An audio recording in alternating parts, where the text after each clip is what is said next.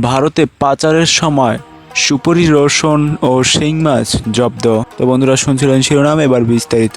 বাংলাদেশ থেকে ভারতে কত কোটি টাকার সম্পদ পাচার করতে চেয়েছিল? সুনামগঞ্জের দোয়ারা বাজারে সীমান্ত দিয়ে ভারতে পাচারের সময় রসুন, সুপারি ও শিং মাছ জব্দ করেছে বর্ডার গার্ড বাংলাদেশ বিজিপি। বৃহস্পতিবার 13 সেপ্টেম্বর 48 বিজিপির পক্ষ থেকে এক সংবাদ বিজ্ঞপ্তি এ তথ্য জানানো হয়েছে। বিজ্ঞপ্তি থেকে জানা যায়, বুধবার রাতে ও বৃহস্পতিবার ভোরে 48 ভিজিপি আওতাধীন সিলেটের গোয়াইনঘাট উপজেলার প্রতাপপুর ও সোনারহাট ও বিউপি এবং সুনামগঞ্জের দোয়ারা বাজারে উপজেলার বাংলা বাজার বিউপির দায়িত্বপূর্ণ সীমান্ত এলাকায় বিজিবি টহল দল বিশেষ অভিযান পরিচালনা করে। এ সময় জব্দ করা হয় অভিযানে 15,552 পিস ভারতীয় স্কিন ব্রাইট ক্রিম, 15টি ভারতীয় গরু, 6,000 কেজি বাংলাদেশি সুপারি, 6,000 কেজি বাংলাদেশি রসুন, 4,000 কেজি বাংলাদেশি শিং মাছ চোরাচালানের